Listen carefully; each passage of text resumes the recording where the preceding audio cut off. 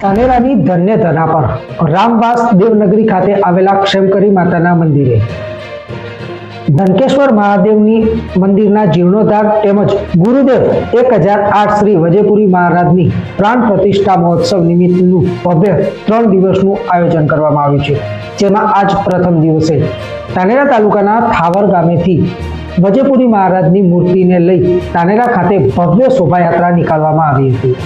આ ભવ્ય શોભાયાત્રામાં મોટી સંખ્યામાં લોકો જોડાયા હતા। ઠેર ઠેર લોકો દ્વારા શોભાયાત્રાનું સ્વાગત અને સન્માન કરવામાં આવ્યું હતું। આ શોભાયાત્રા ધાનેરામાં આકર્ષણનું કેન્દ્ર બની હતી। મોટા પ્રમાણમાં લોકોની સાથે સાથે વાહનો પણ જોડાયા હતા। તો બીજી તરફ શોભાયાત્રામાં લોકોને કોઈ જ મુશ્કેલી ન પડે તે માટે ધાનેરા પોલીસ દ્વારા પણ ચુસ્ત બંદોબસ્ત ગોઠવવામાં